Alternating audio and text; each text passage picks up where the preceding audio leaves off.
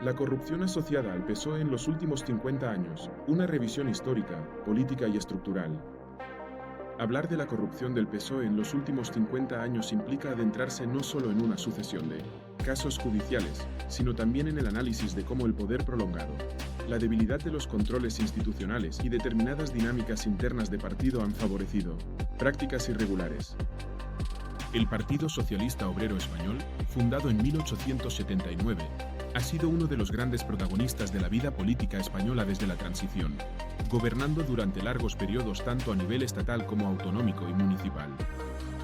Esa centralidad en el poder ha tenido logros relevantes, pero también ha ido acompañada de escándalos de corrupción que han erosionado su credibilidad y la confianza ciudadana. Durante la transición democrática, el PSOE se presentó como una fuerza renovadora, ética y moderna frente al pasado autoritario.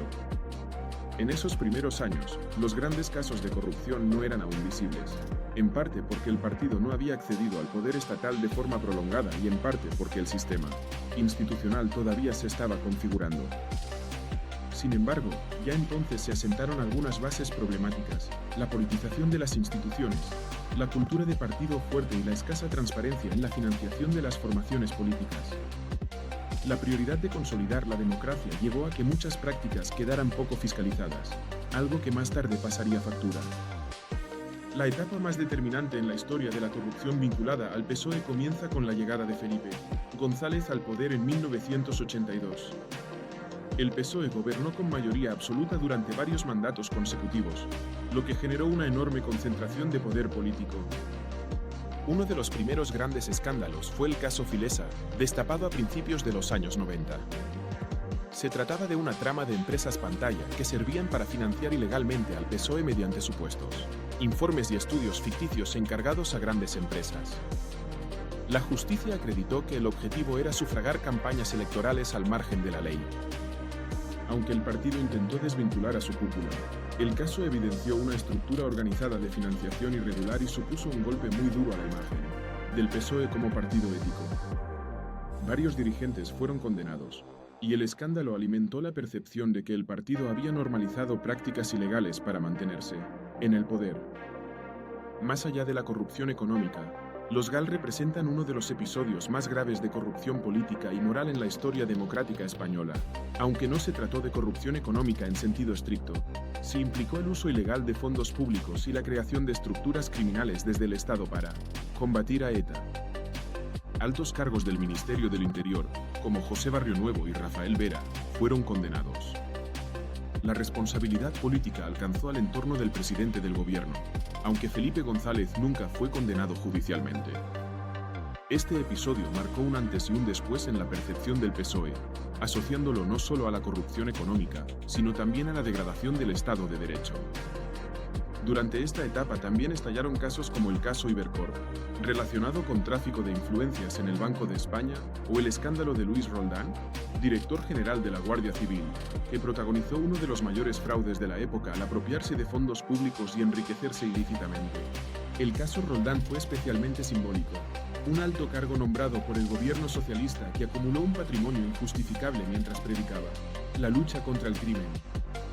Su huida y posterior detención consolidaron la idea de que existía una grave falta de control interno en el aparato del Estado. Tras perder las elecciones en 1996, el PSOE inició un periodo de reflexión interna. Durante algunos años, el discurso anticorrupción volvió a ocupar un lugar central, especialmente frente a los escándalos del PP. Sin embargo, los problemas estructurales no desaparecieron. Con el regreso al poder en 2004 bajo la presidencia de José Luis Rodríguez Zapatero, el PSOE volvió a controlar amplias parcelas del Estado. Aunque esta etapa no estuvo marcada por grandes casos de corrupción personal del presidente, sí se produjeron irregularidades y prácticas cuestionables en distintos niveles de la administración. En algunas comunidades autónomas gobernadas por el PSOE comenzaron a gestarse tramas que estallarían años después, como ocurrió en Andalucía. El caso de los ERE es probablemente el mayor escándalo de corrupción asociado al PSOE en democracia en términos de volumen económico y duración temporal. Durante años, la Junta de Andalucía, gobernada de forma ininterrumpida por el PSOE desde 1982, mantuvo un sistema opaco de ayudas sociolaborales que permitió el desvío de cientos de millones de euros. El mecanismo consistía en el uso de fondos públicos sin control adecuado, lo que facilitó el pago de comisiones, ayudas fraudulentas y la inclusión de personas que nunca habían trabajado en las empresas afectadas.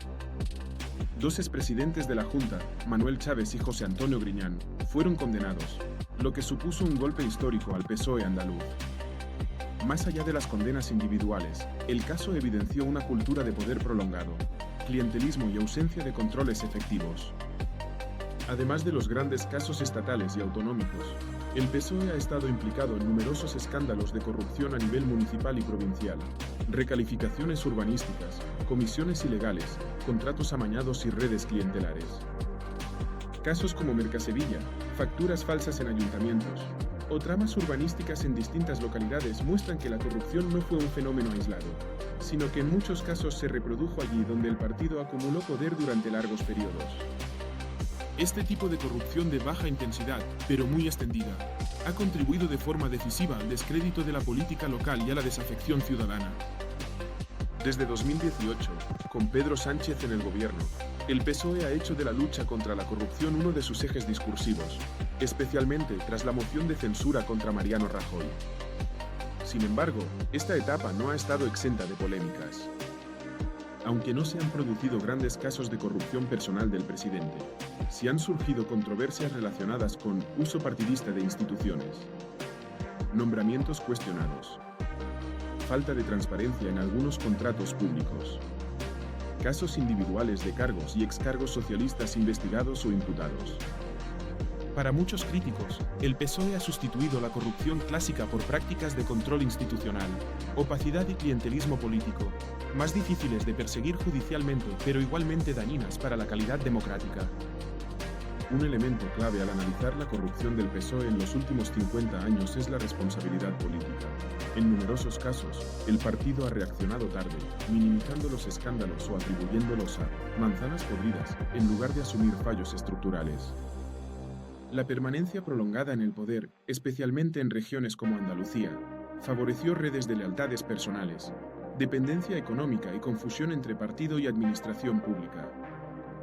La acumulación de escándalos ha tenido un impacto profundo en la confianza de los ciudadanos. Para muchos votantes, el PSOE pasó de ser un símbolo de cambio y justicia social a representar una parte más del sistema político, marcado por la corrupción y el privilegio. Este desgaste ha alimentado el auge de nuevos partidos, el abstencionismo y una creciente desafección hacia las instituciones democráticas.